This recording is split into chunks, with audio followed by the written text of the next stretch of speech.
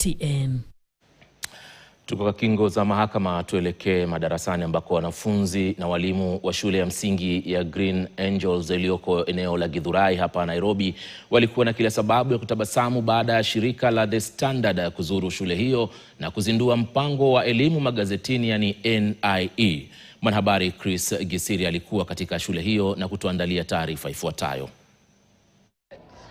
Basi tunakuja moja kwa moja kutoka shule ya msingi ya Green Angels iliyoko katika eneo la Githurai, ambapo tuko katika mpango ule wetu wa elimu magazetini yani maarufu kama NIE, ambapo tumekuja kujumuika na walimu na wanafunzi katika shule hii kuhakikisha kwamba wanafunzi hawa sasa watakuwa miongoni mwa shule ambazo zitakuwa zinapata gazeti lile lenye masuala ya elimu kila siku ya Jumanne. Lakini wacha tusikie hisia zao baada ya gazeti hili kufika katika hii shule. Walimu wana mtazamo upi? Wanafikiria labda gazeti hili litawasaidia namna gani ili waweze kuendeleza elimu katika shule hii? Wacha nianze na mwalimu mkuu wa shule hii ambaye ni mwalimu pia wa lugha ya Kiswahili.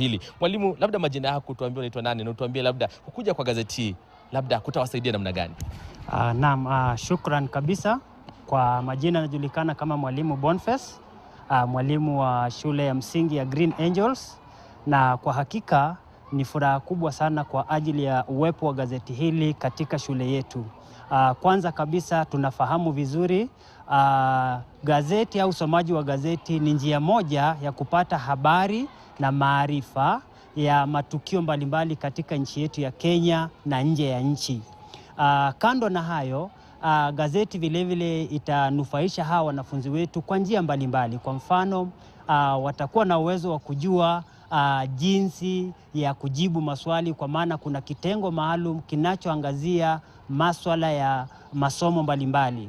Na kwa sababu ni watainiwa katika nyanja mbalimbali, watakuwa na ule uzoefu wa kujibu maswali pasipo na tatizo lolote. Asante sana mwalimu. Umesikia, huyo ni mwalimu mkuu amesema jinsi gazeti litapowasaidia. Wacha tusikie mwalimu pia mwingine wa lugha ya Kiswahili. Mwalimu, kama mwalimu wa lugha ya Kiswahili, majina yako naitwa nani na labda gazeti hili kwako kama mwalimu na kwa wanafunzi litawafaa kwa njia gani? Kwa majina ni mwalimu Pamela. Nimeshukuru sana kwa sababu mmetuletea gazeti la leo, na kwa kweli gazeti ni chanzo muhimu cha habari kwa kila mmoja wetu, na tutashukuru sana kwa sababu tumeishi kusoma vitabu, ila kuna msamiati ambao unapatikana kwa magazeti ambao hauko pale vitabuni.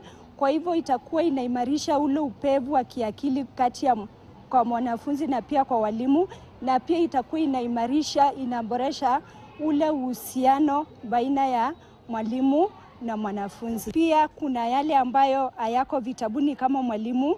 Kuna mambo mengi sana ambayo yanapatikana pale magazetini ambayo pia yataweza kupanua akili yangu kama mwalimu, na pia nitaweza pia kuyatumia pale darasani. Masuala ya CBC ya kule ndani, mpango wa CBC, labda gazeti hili litakuwa la muhimu wote? Litakuwa na muhimu sana kwa sababu as we speak right now, with the first cohort that is grade 9, the junior school, we as facilitators, it's hard for us to get the structures. But right now, through reading of those newspapers, we've seen that the structure of each and every paper is coded. And all the information that maybe some of these facilitators might be missing in these books, they are well explained in this newspaper. Madam, karibu sana. Unaruhusiwa kuzungumza lugha ya Kiingereza. Kama shule, ni nini ambacho kilikufanya ukachukua gazeti hili na litawasaidia namna gani nyinyi kama walimu na wanafunzi wako? I'm Mrs. Hilda Wangi, and I'm happy to partner with KTN because it's a good newspaper. This will help the learners, for the lovers of sports. They'll be able to watch the sports, how it was. Like yesterday, I can see the match is reported here very well. And for those who are the side of agriculture, they're able to read like the story for today.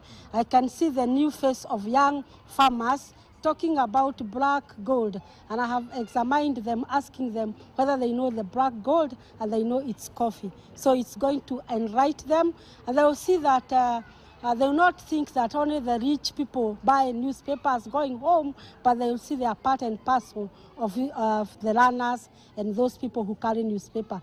so they'll be excited for themselves to be reading newspapers. Asante sana mwalimu. Thank you. Umesikia, huyo ni mkurugenzi mkuu wa shule, ameguzia sana masuala hata ya kilimo ambayo yameangaziwa kwenye gazeti letu la Standard. Kile ambacho tunafanya hapa ni kuhakikisha kwamba kila mwanafunzi eneo lolote anaweza pata nafasi ya kusoma gazeti. Alivyosema mkurugenzi mkuu wa shule hili, gazeti si tu gazeti kwa matajiri, lakini gazeti linamfaa mtu yoyote. Na ndio maana nasema pia wewe una uhuru wa kuchukua shule moja ama mbili ambao ulisomea, ambao unaipenda, na uhakikisha kwamba shule hiyo itakuwa inapata gazeti jinsi shule hii ya Green Angel itakuwa inapata gazeti kila siku ya Jumanne. Kwani ninavyosema siku zote, sisi kama Standard si bora elimu, lakini siku zote ni elimu bora.